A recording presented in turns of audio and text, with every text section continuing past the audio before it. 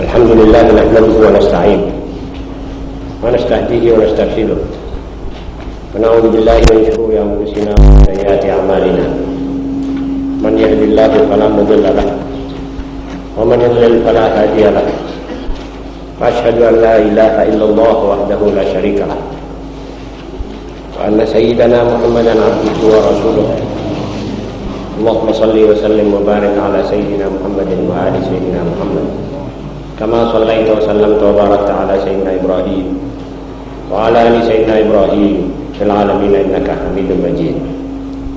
أما بعد فإن أصدق الحديث كتاب الله وخير الهدي هدي سيدنا محمد صلى الله عليه وسلم وأن شر الأمور محدثاتها وكل محدثة بدعة وكل بدعة ضلالة وكل ضلالة في النار.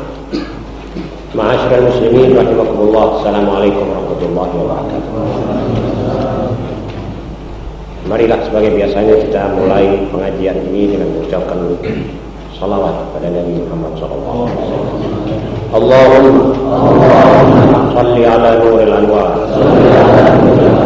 wa sirril asrar tiryaqil aghyar miftah ibadil yasar سيدنا محمد المختار آله الأطهار وأصحابه الأخيار عدد نعم الله وإفضاله. Di tangan kita sekarang adalah diktat yang ke-37 berjudul yang harus kita perhatikan. Memang banyak seorang muslim dibebani oleh Allah Subhanahu wa taala banyak kewajiban, tapi tidak ditinggalkan dia dengan kewajibannya, namun ia diberi juga pahala-pahala yang jauh lebih berarti, lebih penting dan lebih besar daripada kewajiban yang dibebankan kepadanya. Seorang muslim dibebani beberapa kewajiban, khususnya kewajiban-kewajiban yang mengenai tauhid. Tauhid sebagai satu fondasi yang sering saya katakan, di atas fondasi itu kalau kuat, maka segala sesuatu kita bisa bangun di atas fondasi yang kuat itu. Toto kromo au al-akhlaq al-karimah, ilmu kemasyarakatan dan ibadah, muamalah, itu semua atas fondasi yang kuat akan menjadi susunannya pula kuat dan baik. Sebaliknya, tanpa fondasi yang kuat, maka rontoklah masyarakat ini. Bangunan apa saja akan jatuh atau tidak akan kekal. Ini beban-bebannya di bidang tauhid banyak. Tauhid dalam ibadah, tauhid dalam rububiyah, tauhid dalam muamalah ma'an nas sama Allah. Karena itu Sayyidina Ali bin Abi Thalib radhiyallahu ta'ala anhu dalam alimnya pertama itu berkata, la yarjuwanna abdun illa rabbah.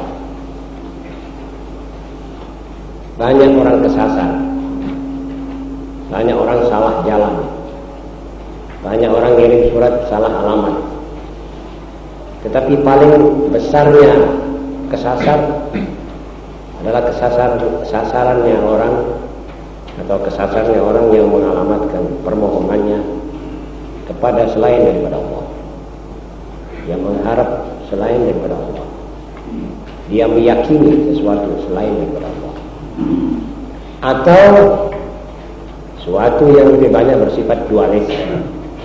Dia percaya kepada Allah yang ahad, tetapi juga percaya kepada benda-benda keris dan lain-lain. Akik, keris dipercaya juga. Jadi dualis. Dualis ini merusak yang baik, yaitu tauhid. Jadi percaya pada Allah itu harus mutlak. Kalau kita percaya kepada Allah, maka kita tidak dibolehkan mengharap, memohon kecuali daripadanya sendiri. Sebab apa?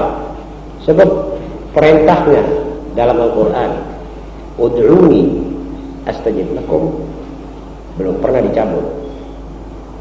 Ud'uni artinya mohonlah kamu kepadaku, kami akan laksanakan, kami akan kabulkan. Ya tentu dengan syarat-syaratnya. Permohonan itu yang wajar. Tentu tidak seperti mana yang seorang bilang, saya ya Allah mohon supaya saya bisa mi'raj seperti Nabi Muhammad SAW. Itu jelas permohonan melampaui batas. Ya Allah beri saya kekuatan supaya saya mengangkat gunung Semeru. Ini juga permintaan permohonan yang jangan diharapkan Allah akan nyembadani, sebab di luar batas-batas ma'gul. Tapi kalau dia Allah menyasalkan huda wa tuqa, saya mohon petunjuk, saya mohon engkau beri takwa, saya mohon engkau beri hati yang takut kepada Allah, takut menerjang maksiatmu. Ini lumrah. Saya harap mendapat rezeki yang luas, saya akan pergi ke haji, mengajak istri, ibu, dan ayah. Tapi permohonan selain daripada cara-cara yang dipakai oleh orang yang biasa, itu wala ta'tadu, itu tidak, itu luar daripada kebiasaan. Jadi permohonan itu masih tetap dianjurkan, tapi juga akan disambut, dijanji adanya penyambutan daripada Allah SWT. Sungguh heran dan sungguh salah alamat buat orang yang memohon selain daripada Allah. Saya di sini tidak berarti menafikan sama sekali adanya tawassul yang dalam batas-batas yang dibolehkan oleh syariat. Orang boleh tawassul dengan amalnya sendiri, dengan para nabi, dengan macam-macam. Tetapi buat orang awam seperti kita, saya kok lebih mengutamakan langsung saja kepada Allah. Sebab kebutuhan kita kepada tauhid yang mutlak dalam keadaan kita seperti begini, ini saya kira lebih utama. Jadi mohonlah daripada Allah, Allah akan menerima permohonan. Dan Sayyidina Ali berkata, la yarjuwanna 'abdun illa rabbah. Kalau kita mengharap selain daripada Allah, kita salah alamat, kita kesasar. Dan kesasarnya kita bukan seperti kesasarnya orang kesasar jalan, bisa tanya di sana, tanya di sini. Tapi ini kesasarnya yang membawa kita kepada suatu jurang yang tidak bisa kita keluar lagi dari jurang itu. Yang kedua, wala yakhafanna illa dzamba. Kita banyak mungkin yang ditakuti, tapi banyak orang takut yang tidak mesti ditakuti. Apalagi anak-anak yang ditakut-takuti oleh kaum ibu yang belum mengerti. Ditakuti jerangkong, takuti momok, takuti memeti, dan lain-lainnya. Itu anak nanti sampai besar biasa takut selain daripada yang mesti dan harus kita takuti, yaitu Allah. Yang lain daripada itu tidak mesti kita takuti. Apalagi dalam maksud-maksud yang tertentu dalam maksud takut. Tapi orang takut salah itu lumrah. Tapi takut kepada seorang laki takut kepada istrinya, sehingga apa yang dikatakan oleh istrinya dia bilang amin, betul, dilaksanakan. Maghrib mau pergi, maghrib terima tamu, Quran tidak pernah dibuka, dijak jamaah tidak mau, karena takut dia tidak berani menegur. Ini salah. Dan semua syariat akan menyalahkan ini. Karena kalau ini diteruskan berarti masyarakat bejat.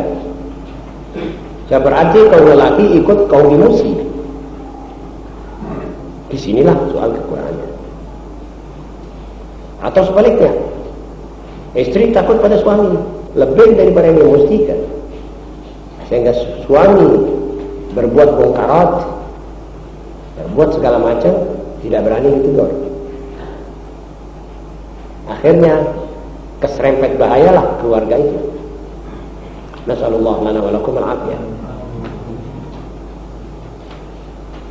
La yakhafanna illa dhanba, la yarjuwanna illa rabbah, wa la yakhafanna illa dhanba. Yang mesti kita takuti itu adalah yang menyebabkan Allah marah pada kita. Jadi takut itu tidak langsung pada Allah, tetapi juga mengenai sesuatu yang tidak langsung juga mesti kita perhatikan. Dosa, masalah dosa, masalah yang harus kita takuti. Dan kita berbuat salah. Seperti tadi saya katakan, orang salah jalan, kesasar. Kesasar itu kadang-kadang orang yang titi, takut. Ini jalan kemana? Kok sudah mulai sepi, tidak ada orang.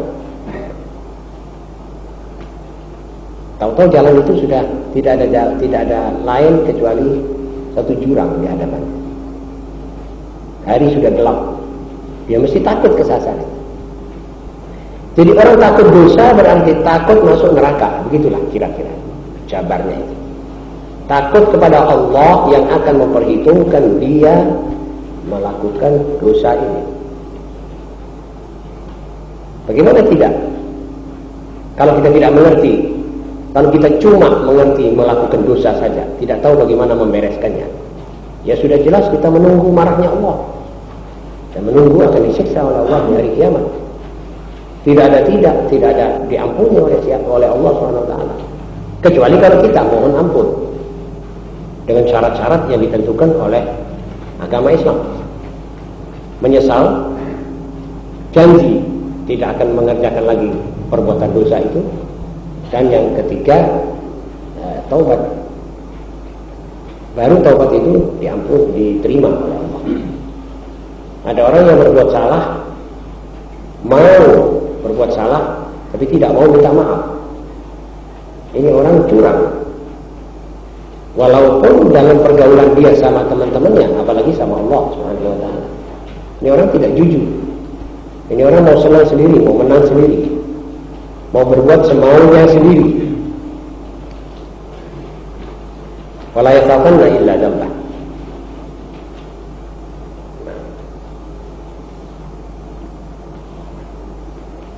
Dosa yang kita lakukan akan menyebabkan kemarahan Allah. Maka kita harus takut pada dosa-dosa yang kita lakukan. Kalau memang kita takut kepada Allah. Jadi kalau kita takut pada Allah, kita takut pada dosa atau kita berbuat salah pada Allah. Tanda-tandanya takut kepada dosa, yaitu kita tidak diam saja. Kita berusaha supaya dosa itu beres. Utang itu sudah kita lunasi. Artinya saya berbuat dosa, tetapi saya lantas cepat-cepat mengerjakan syarat-syarat bagaimana peleburan dosa. Atau dengan kata yang istilah populer, bagaimana menebus dosa. Umat Islam tidak ada satu manusia akan dikorbankan untuk menebus dosanya. Jadi kita mesti menebus dosa sendiri. Kita duduk mengambil air sembahyang, sesudah ambil sembahyang duduk atau sholat, minta taubat kepada Allah Subhanahu wa taala, menyesal, menangis, kemudian berjanji bahwa dia tidak akan berbuat lagi. Insyaallah dosanya dimaafkan. Kalau dosa mengambil uangnya orang, ya uangnya orang itu dikembalikan. Minta ampun kepada Allah Subhanahu wa taala. Kalau dia dosa bunuh orang, dan ini saya kira banyak dilakukan oleh kita, maka dilihat. Kalau dia minta maaf daripada orang yang dia gundam itu, akan semakin marah. Ya dia tidak minta maaf, tetapi dia duduk berdoakan. Allahumma ighfirli wa lahu. Allahumma ighfirli fulan, Allahumma ighfirli fulan, Allahumma ighfirli fulan. Itu berarti ngepurkan dosa pengumpetan tadi. Tapi kalau kira-kira dia tidak marah, kita minta maaf, ya kita bilang, saya tadi nyebut namamu tidak baik, nyebut namamu begini di hadapan orang-orang, saya minta maaf. Kalau dia tidak marah ya tentu bilang ya saya maafkan. Tapi kalau dia semakin jadi marahnya, ya jangan diterus terangkan, tetapi kita doakan sebagai ganti. Tadi kita ngerasani, sekarang kita doakan. Jadi pun klop. Ini juga banyak orang yang tidak mengerti masalahnya. Dia senang sekali, enak. Memang orang rasanya orang itu enak. Seperti orang makan kebuli gitu rasanya. Jadi kalau duduk-duduk, apalagi kaum ibu, maaf. Kalau sudah duduk-duduk itu asyik, dia bicara, fulan begini, fulana begitu. Akhirnya dia sudah kembali numpuk dosa. Lah ini gitu-gitu itu mesti mengerti. Sesudah itu tadi kita ngerasanya pula. Mari kita doakan. Allahumma ighfir lahu, Allahumma ighfir lahu. Mudah-mudahan Allah mengampuni dosanya. Mudah-mudahan Allah memberi dia iman yang kuat. Mudah-mudahan Allah menjadikan dia ahli syurga dan begitu seterusnya. Jadi ngepurkan. Sebagian ulama mengatakan ini cukup untuk jadi permohonan maaf daripada Allah Subhanahu wa taala. Sebab Allah tidak senang hambanya dibunuh, dirasani. Dia tidak suka. Dia suka seorang muslim menutup dosa saudaranya, kesalahan saudaranya. Nah, kalau mau memang ada niat baik, didatangi, ditegur. Katakan kamu tadi berbuat salah. Saya kira perlu saudara hentikan kesalahan. Kecuali orang yang yatajahar bil ma'siyah, orang yang sengaja berbuat maksiat. Ini orang tidak ada kehormatan. Ini orang boleh dirasani. Ini orang boleh dibongkar namanya di muka masyarakat supaya masyarakat tidak mendekati itu. Supaya masyarakat tidak ketularan orang-orang seperti itu. Dapat nikmat tidak senang, malah berbuat maksiat. Mengawinkan anak tidak senang, berbuat satu pahala, tidak duduk-duduk berkumpul tasyakur, malah orkes-orkesan. Minum. Ini orang tidak mengerti apa Allah ini. Ini sama dengan orang-orang yang ingkar kepada Allah. Tidak tahu apa nikmat dan tidak perlu dihormati orang-orang seperti ini. Masyarakat ini merasa dirinya perlu menghormati sesama manusia yang hidup di dalam masyarakat. Tetapi kalau kebacut-bacut tidak perlu dihormati. Ada orang yang tidak pantas dihormati. Nah, orang-orang seperti begitu kita mesti anjurkan dia bertobat. Kita juga bertobat. Nabi SAW sendiri, innani la astaghfirullah fil yawmi 70 marrah. Allahumma shalli alaihi. Aku sendiri wahai sahabatku, saben hari tidak kurang dari 70 kali aku mohon ampun dari taubat dan taubat. Padahal Nabi tidak ada dosanya, tidak ada salahnya. Itu artinya mengurungi kita, mengajar kita supaya kita juga berbuat lebih daripada itu. Kalau Nabi 70, kita pantas 7.000. Tapi kalau tidak bisa ya 700. Kalau tidak bisa ya 70 seperti Rasulullah SAW. Kalau tidak bisa 10 kali. Itu sebabnya sebagian kepada ulama menganjurkan orang habis sholat itu Astaghfirullahaladzim alladzi la ilaha illa huwal hayyul qayyum wa atubu ilaih. Astaghfirullahaladzim alladzi la ilaha illa huwal hayyul qayyum wa atubu ilaih. Habis tiap sholat 3 kali 5 15. Itu sudah minimum, paling sedikit. Yang ketiga, wala yastahi man la ya'lam an yata'allam. Banyak orang melakukan kekurangan dan keteledoran, tetapi tidak seperti keteledoran yang orang yang sudah mengetahui bahwa ia bodoh, tidak mengerti, tapi masih tidak mau belajar. Pura-pura malu mau belajar. Kenapa kita mesti malu belajar? Kenapa kita mesti malu mendapat masalah? Kenapa kita mesti malu duduk mendengar ajaran tauhid atau mendengar terjemahan hadis atau mendengar terjemahan ayat? Justru di Indonesia ini tidak ada tempat-tempat seperti ini, jarang. Pengajian-pengajian ini gratis dan bayar. Asal ulamanya saja, jangan bosan. Ini melihat mungkarat kayak gini sudah banyak ulama mau putus sudah kayak aras-arasan. Semakin diperbanyak pengajiannya semakin dadi. Ini ada orang sudah mulai berpikir lain. Mudah-mudahan para ulama tidak bosan, dan mudah-mudahan yang mengaji tidak merasa malu dia menambah ilmu. Itu nanti akan timbul masyarakat ini. Tetapi syarat-syaratnya yang paling minim adalah mengaji bukan sekedar untuk mendengar dan kembali membawa diktat, tetapi juga ada niat mengamalkan isinya. Sebab itu syarat sudah, tidak ada syarat lebih besar dan lebih penting daripada itu. Syarat mutlak. Apa artinya seorang membuat diktat tapi dia tidak mengamalkan isi diktatnya? Sebaliknya, apa orang kembali ke rumah numpuk diktat dan dia bawa dari pengajian kalau dia tidak juga janji untuk mengamalkannya? Dua-dua melakukan kesalahan, kekurangan, dan kekurangan itu tidak bisa ditutup melainkan dengan mengamalkan. Kita ini tidak pernah merasakan lezatnya ibadah sebab kita sengaja niat kita ini belum mantap ke arah ibadah. Jadi kita ini sampai sekarang, saya kira, mudah-mudahan saya salah, menurut perkiraan saya, kita ini melakukan ibadah ini sebagai satu formalitas, sebagai satu yang sudah harus dilakukan, ya, seperti satu yang tradisional dikerjakan. Jadi tidak bisa merasa lezatnya.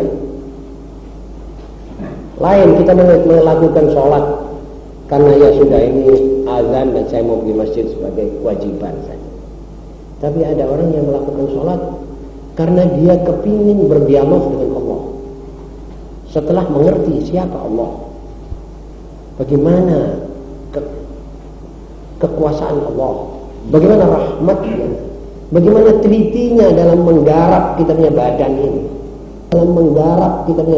ini, dan tidak diciptakan tok, tapi diatur, diperhatikan satu persatu, sampai kita ini tidak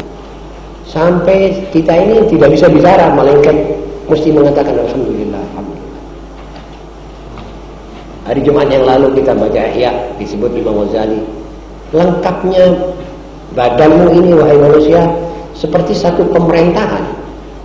Ada rajanya, ada menteri-menterinya, ada pembantu-pembantunya, ada yang bisa dilihat dengan mata seperti tangan, kaki, mata, telinga, hidung dan lain-lainnya. Itu pembantu-pembantu. Ada pula yang tidak bisa dilihat dengan mata, tetapi bisa dilihat dengan mata hati. Ada yang bisa dilihat dengan basar, ada yang harus dilihat dengan basirah. Seperti mengapa Allah SWT ini menjadikan otak ini memerintah dan mengetahui segala-galanya. Misalnya lapar, kita berasa lapar. Jangan dikira ini badan kita ini tidak ada setelannya, tidak ada otomatisnya. Badan lapar, otak mengatakan kepada anggota-anggota badan, coba carikan makanan buat pengisi perut. Dicari makanan, ketemu nasi, ketemu gorengan tempe dan lain-lainnya. Siapa yang kerja sekarang? Mata melihat. Ini gorengan tempe ini sudah belagu. Dia kembalikan pada otak. Otak kembali pada hati, raja. Raja, ini tempe sudah belagu. Kata raja, jangan dimakan, ditinggalkan. Tangan tidak moro, tidak maju. Tetapi sebaliknya, mata tidak bisa membedakan. Hidung itu membau. Wah, ini baunya sudah tidak baik, atau baik, baunya baik. Lalu otak memerintahkan, hati memerintahkan otak memerintahkan kepada tangan, ayo suruh megang, suruh masukkan di dalam mulut. Maka kita makanlah itu dengan takdir Allah dan rahmatnya. Baca itu. Orang-orang teliti seperti Imam Ghazali yang mereteli masalah seperti ini. Dan Imam Ghazali mengatakan ini maaf ringkas, kalau saya mau melanjutkan bisa membawa berpuluh-puluh buku jilid, berjilid-jilid. Dari banyaknya nikmat Allah. Dan sesuap nasi itu datang di muka kita. Apa cuma begitu saja? Dari saudara punya sop bluk terus pergi piring. Tidak ada apa-apa sebelumnya itu. Inilah kita perlu belajar, mengaji supaya kita tahu Allah. Nanti kalau kita sudah tahu ini Allah, begitu rahmatnya, begitu kesayangannya kepada hamba, maka hamba ini akan pergi ke sholat itu seperti dia pergi untuk memenuhi semayanannya dia dengan pacarnya atau dengan perasaan senang, gembira. Dia pakai baju yang paling bagus untuk sholat, sebagaimana para aulia. Demi perintah Allah, khudhu zinatakum inda kulli masjid. Ada salah satu orang minas shalihin, kalau mau sembahyang itu pakai iduk lunyu, pakai apa, sampai orang gamis diganti baru semua, yang setrikanan. Orang tanya, mau bagaimana ente ini? Mau bagaimana? Kita mau sholat, kita mau menghadap kepada Allah. Pakaian yang paling baik kita mesti pakai. Jangan kalau mau sholat itu sudah cocok, dia punya khusyuk, pakai bajunya tidak baik, tidak berbau baik, mengganggu orang musalli di sampingnya, mulutnya berbau rokok, billah, dan akhirnya mengganggu orang, dia sendiri tidak khusyuk. Ini namanya orang yang tidak mengetahui apa arti sholat. Jadi semua saudara-saudara, rahmat Allah. Tadi saya katakan piring nasi di hadapan kita itu ribuan tangan yang kerja untuk itu. Dari tangan tukang pandai membuat paculnya, sampai pabrik-pabrik membuat pupuknya, sampai kuli-kuli yang angkat karung-karung dari truk ke truk atau dari truk ke gudang, yang membuat goni karungnya, yang membuat, yang mengikat, yang dondoi itu, la ilaha illallah Muhammadur Rasulullah, karungnya, yang membuat pabrik, penggilingannya, slabnya dan lain-lainnya, ribuan tangan. Kalau diijir itu ribuan, kita tidak bisa tutup situ. Selain itu ribuan tangan yang kita tidak lihat, tangannya malaikat menjaga pari di tempatnya itu supaya tidak dimakan oleh wereng, tidak dihantam oleh tikus dan lain-lainnya. Itu ada penjagaan Allah sampai berwujud nasi di piring. Sudah di piring di muka kita, kita lihat, mata menginstruksikan bahwa ini baik, barang baik, hidung baunya sedap bagus. Tahu-tahu kita makan tidak pakai bismillah. Lantas ini orang, saudara, anggap bagaimana ini? Ini orang tidak tahu apa dia dan tidak tahu siapa Tuhan. Lalu ini orang harus kita kasihani, kita ajak dia belajar. Kalau mau, kadang-kadang dia bilang, wah halo apa? Tidak perlu. Itu lebih lagi harus dikasihani. Wala yastahi man la ya'lam an yata'allam. Dan jangan malu orang yang tidak tahu untuk belajar. Habis kalau orang tidak tahu mau kemana, tidak apa-apa, belajar. Oh ya aku tua, itu tidak soal. Tidak menjadi soal itu. Biar umurnya 90 tahun, kalau dia mesti mengetahui sesuatu yang wajib dia ketahui sebelum dia wafat, ya harus dia belajar. Tidak menjadi soal. Tidak pernah dalam hadis atau dalam Quran mengatakan orang kalau sudah tua tidak boleh belajar, tidak boleh. Itu belajar tidak pakai umur. Ada kemauan. Kalau kemauan turutilah. Kemauan belajar. Tapi kemauan belajar untuk amal, untuk mengamalkan isi yang kita dengar tadi dari pelajaran. Wala yastahi idza su'ila amma la ya'lam an yaqula Allahu a'lam. Dan jangan pula seorang yang ditanya tentang satu masalah sedang dia tidak mengerti apa jawabannya itu, jangan malu untuk mengatakan Allahu a'lam. Allah lah yang maha mengetahui.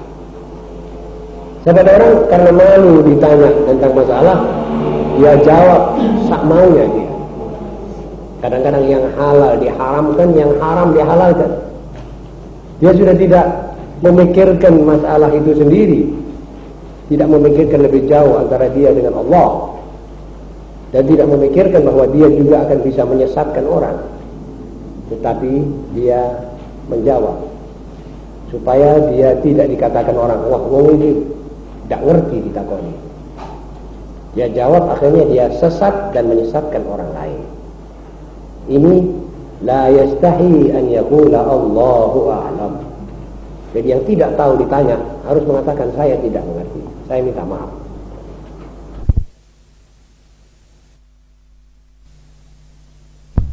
Perlu kita perhatikan bersama. Doa ini ada yang mengatakan kata Al-Fudail bin Iyad. Ada orang yang bilang syagig al-balah. Tapi yang sudah terang ini orang-orang ahli tasawuf yang baik-baiklah yang menciptakan doa seperti ini.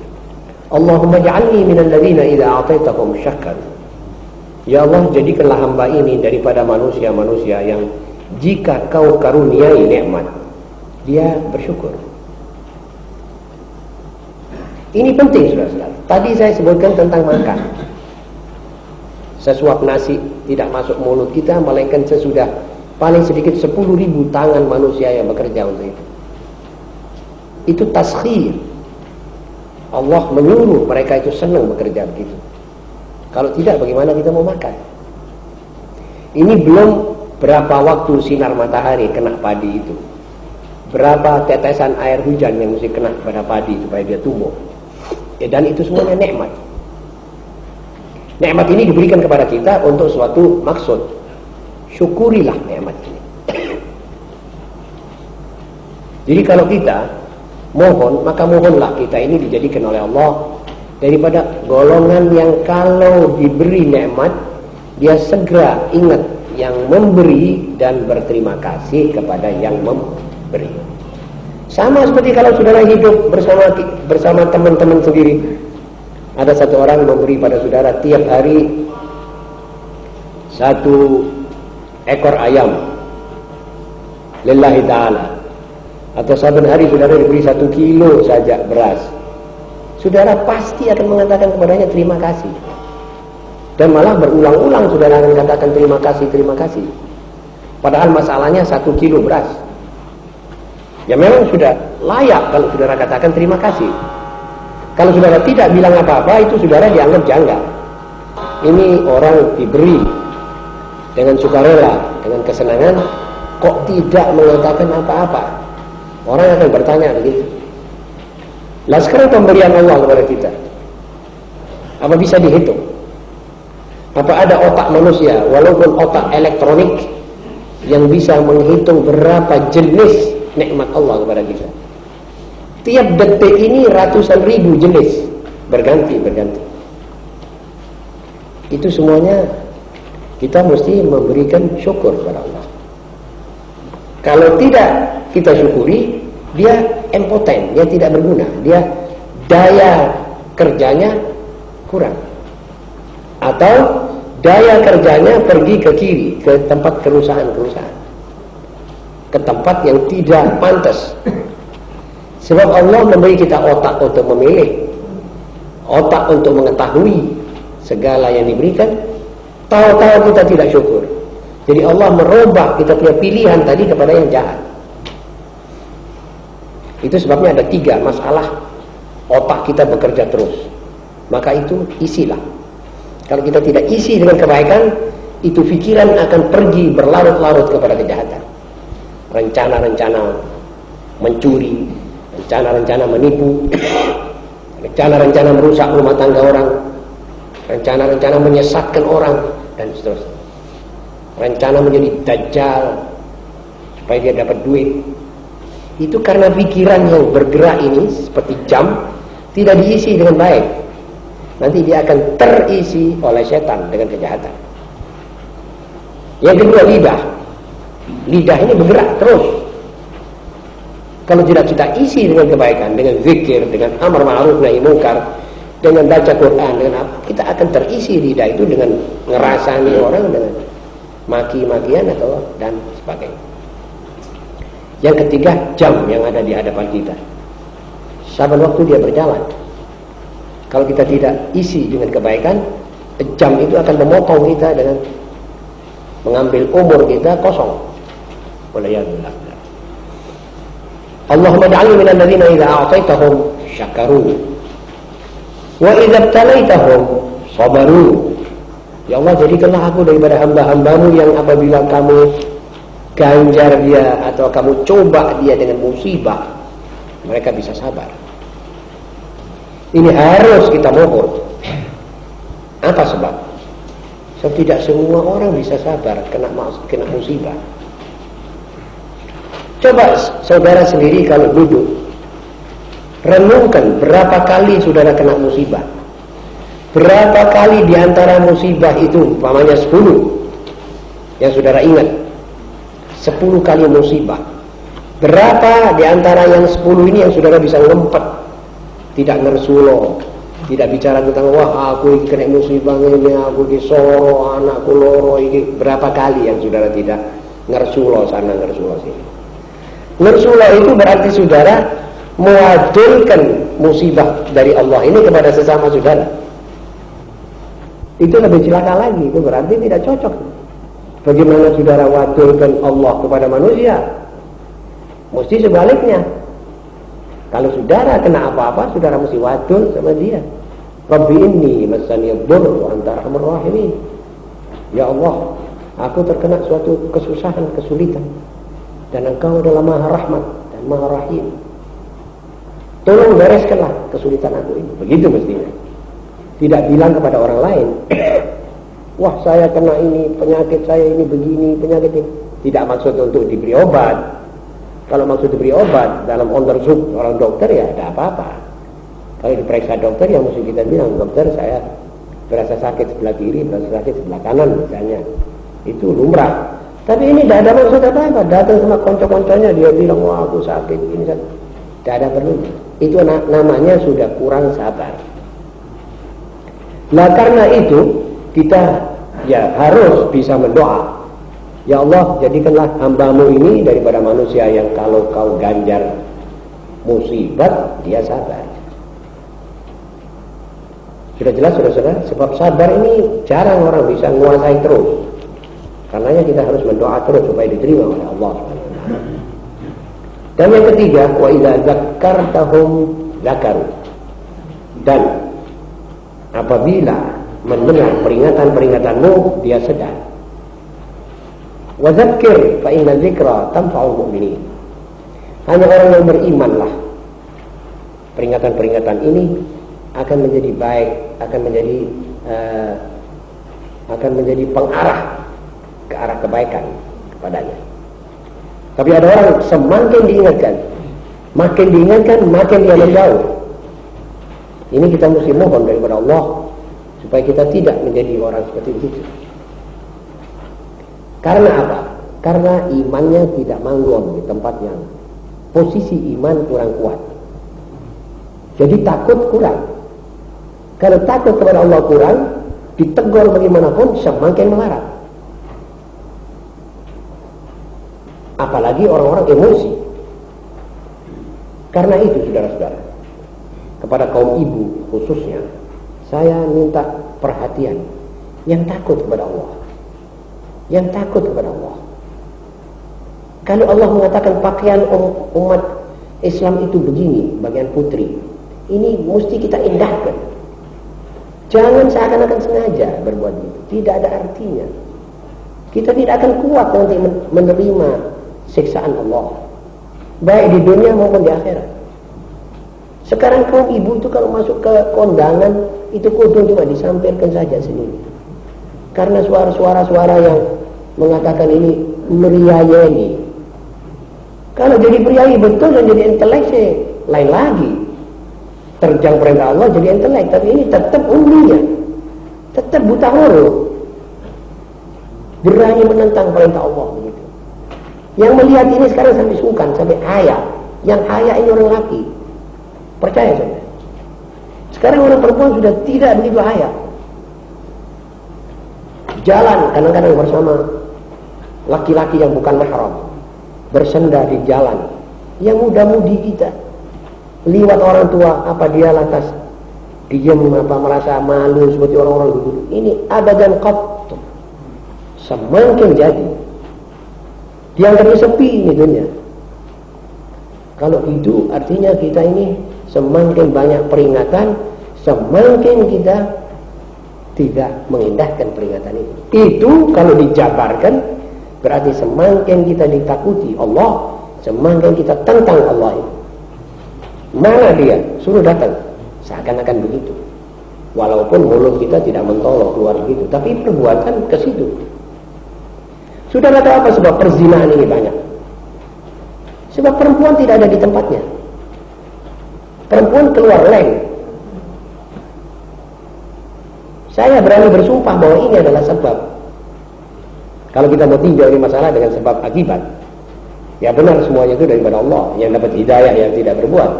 Tetapi ini hukum sebab akibat berlaku.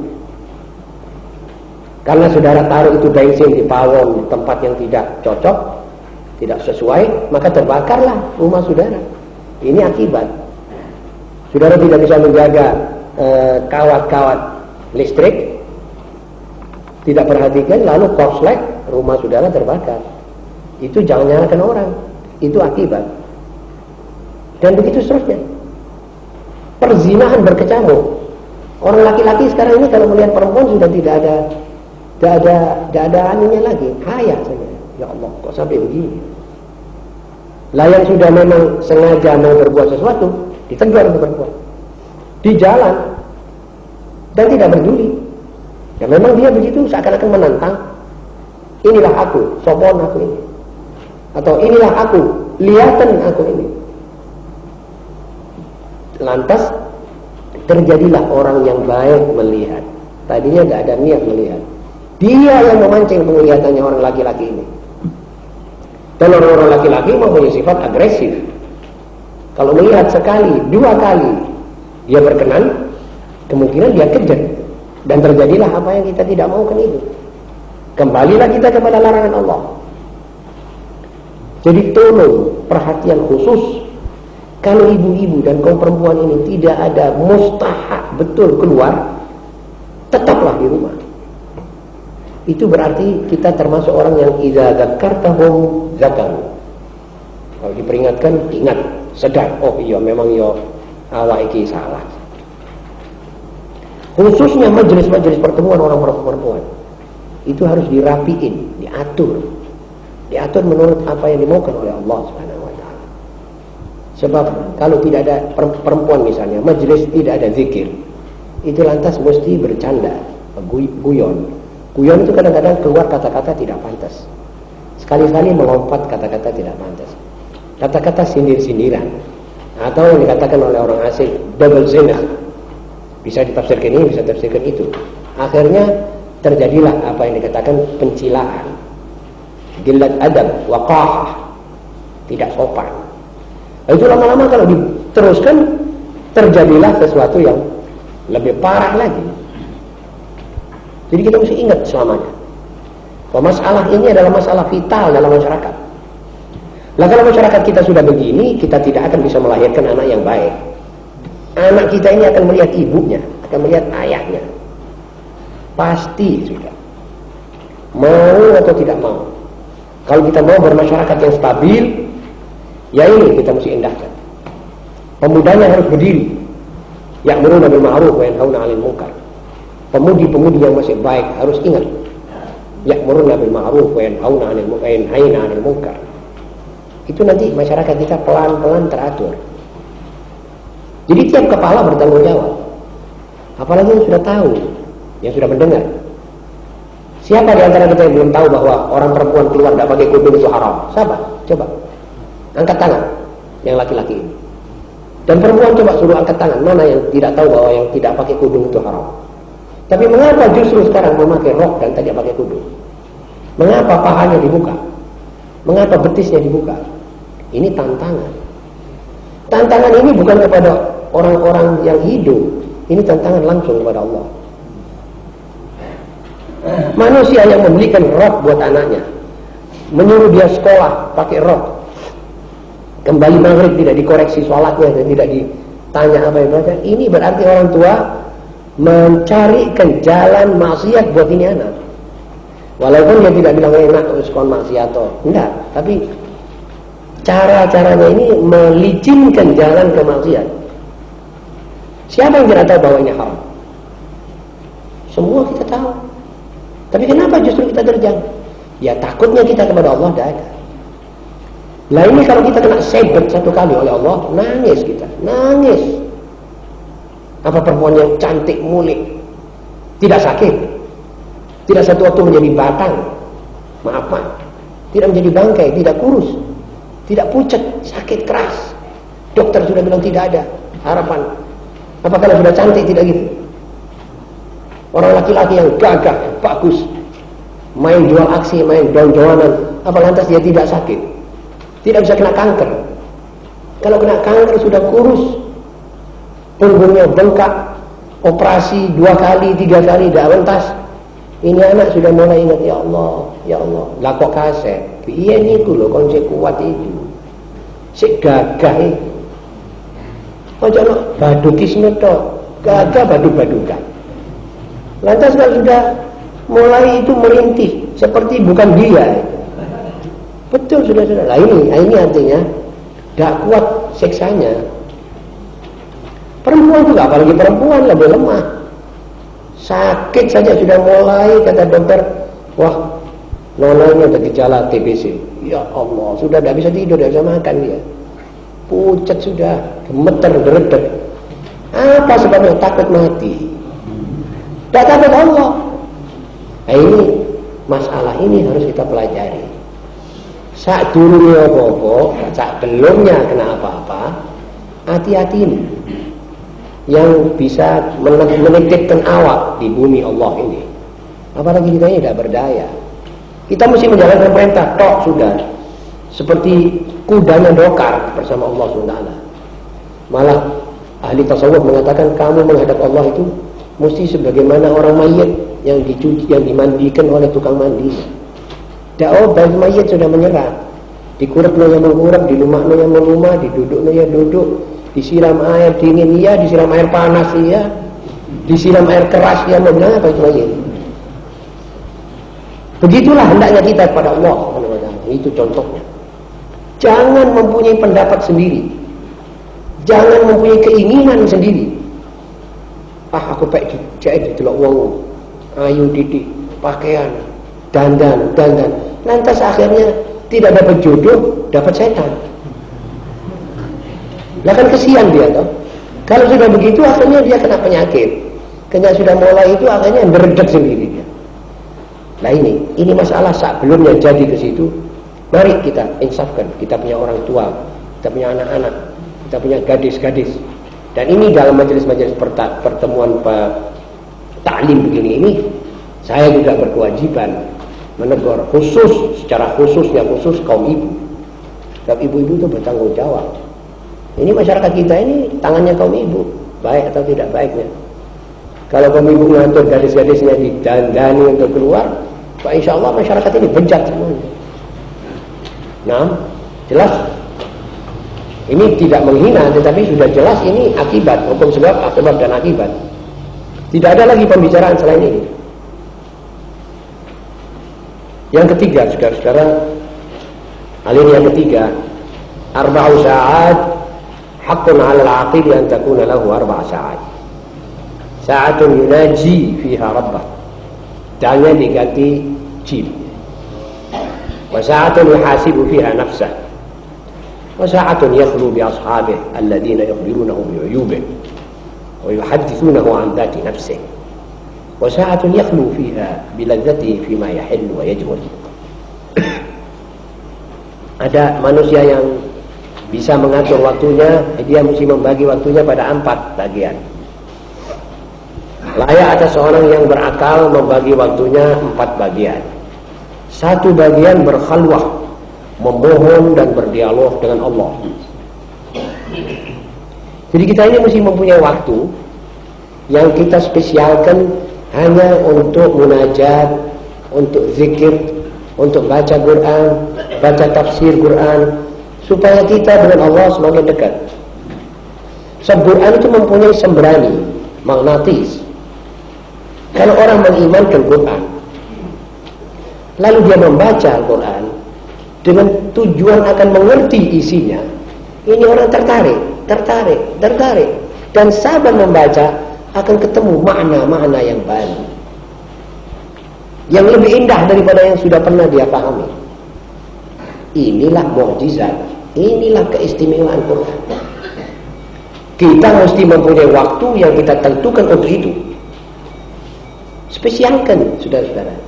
Kalau saudara perlu mencari makan, mencari nafkah sampai 12 jam, saudara terlalu boros terhadap sesuatu yang sudah ditakdirkan oleh Allah, yang sudah dijamin oleh Allah, saudara ngotot 12 jam mencarinya.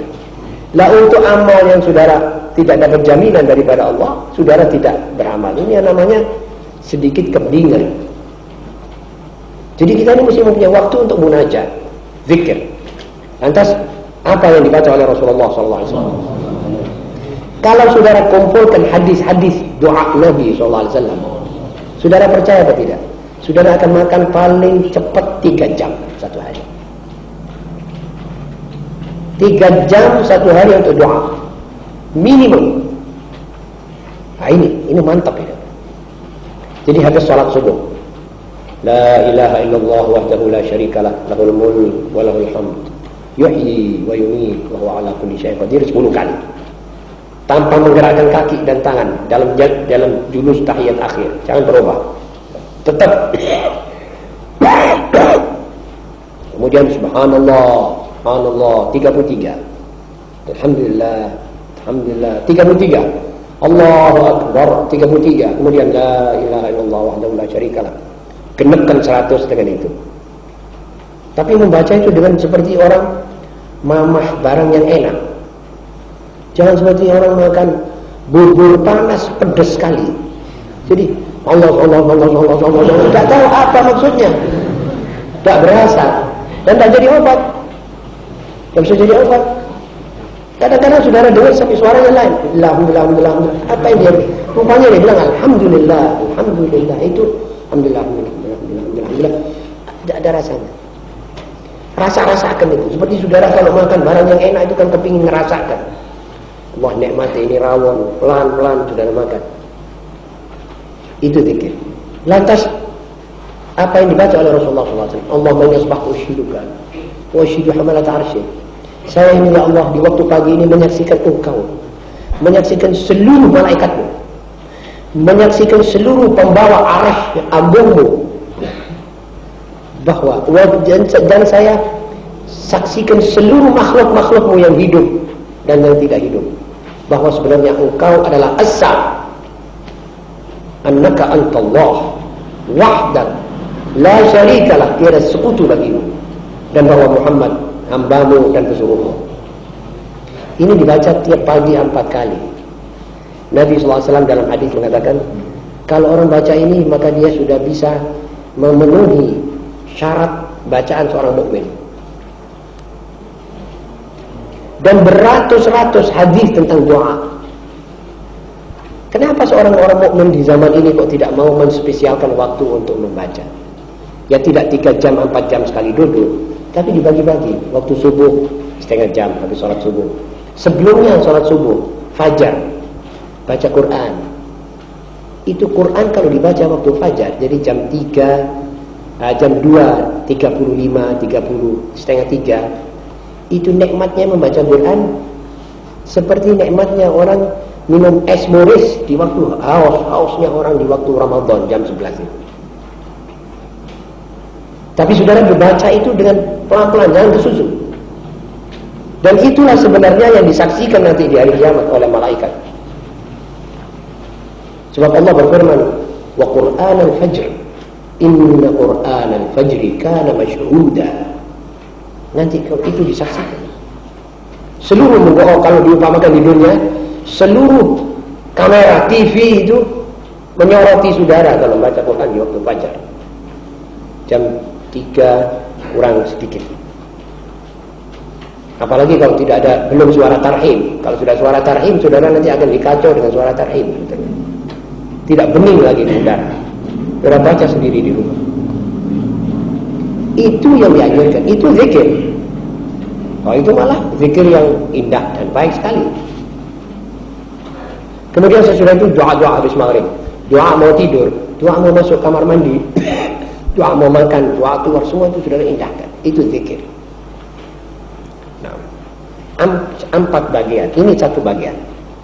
Bagian yang kedua, menyepi dengan teman-teman yang dekat dan yang dapat menerangkan kekurangan-kekurangan. Ada orang ini tidak mengerti kesalahannya. Orang ini juga maklum manusia lemah. Kadang-kadang dia tidak sampai mengoreksi dirinya sendiri. Tetapi kalau dia punya sahib yang baik, dia dekatkan itu sahib. Coba aku iki nasihatono apa sih kekuranganku iki. Oh iya, riko iki biasane ngene, iso ya ojo sampe dadi kebiasaan. Biasane riko iki nek salat ngakhirno ojo sampai itu mendekatkan dia dengan akhirat. Itu teman perlu saudara cari. Dan teman seperti itu di zaman ini sudah seperti saudara cari belerang merah. Ada orang jual belerang merah. Tidak ada, belerang semuanya kuning. Kalau ada belerang merah itu saudara beli, itu jarang, mahal. Yang ketiga, memperhitungkan dirinya sendiri. Nah sekarang kita mau tidur, sudah selesai. Kita sekarang mau sirep, mau tidur malam ini. Apa yang mesti saudara kerjakan? Saudara mesti ambil itu buku catatan saudara di otak atau buku catatan betul. Dan pantas saudara punya buku catatan. Tadi pagi saya mengamalkan ini kebaikan. Lantas jam 9 saya sedekah. Jam 11 saya sudah di masjid. Jam itu erehkan dulu. Lantas jam 3 saya duduk bohongi orang. Jam 4 saya riba. Jam 5 bikin balance. Neraca harian. Saudara untung apa rugi? Untung itu kalau saudara punya taat lebih banyak dari maksiat. Lalu syukurlah kepada Allah, ya Allah alhamdulillah waffaqtani li amalil khair. Engkau telah taufik kepada memberi taufik kepadaku untuk berbuat baik. Dan kalau kaum ibu, kerja rumah tangganya itu termasuk amalan khair. Mencuci popok anaknya itu minal khair. Menyusui anaknya min amalil khair, itu ibadah. Memasakkan untuk anak dan suaminya dan dirinya sendiri itu min amalil khair. Itu jangan diluputkan, jangan dilangkai, itu termasuk amalan khair. Dimasukkan itu dalam amalan khair. Tapi kalau kelihatan maksiatnya lebih banyak, misalnya 10 taat lawan 15 maksiat, ini dia mesti cepat-cepat sebelumnya tidur itu minta maaf kepada Allah. Jadi dia tidur itu sudah dalam keadaan beres, bukunya sudah ditutup. Sebab kemungkinan dia bangun hanya di akhirat nanti dibangunnya. Tidurnya tadi malam, ngelilirnya nanti hari kiamat, yakni mati. Sebab banyak orang tidur, sekali tidur tidak berasa mati, tidak bangun lagi. Makanya sebelum tidur harus siap-siap, seperti orang ngambil tasnya untuk berangkat jauh, mesti siap semuanya. Yang keempat, dan satu bagian diisi menikmati kelezatan dunia yang halal dan pantas. Jadi jam misalnya dia duduk makan, dia duduk melihat anak dan bercanda guyon dengan anaknya, duduk dengan istrinya, itu halal yang dibolehkan oleh syariat. 4 bagian. Orang yang belum bisa membagi ini harus bisa mencari waktu untuk membagi. Ma'asyiral muslimin, saya kira diktat ke-37 ini sudah saya komentari secukupnya. Mudah-mudahan kita bisa mengamalkan isinya sama-sama. Mudah-mudahan kita baik yang berbicara maupun yang mendengar lebih diberi taufik oleh Allah, lebih diberi rasa takut kepada Allah dan mohon kepada Allah. Ya. Ada pertanyaan? Karena tidak ada pertanyaan, maka marilah kita bersama-sama baca doa.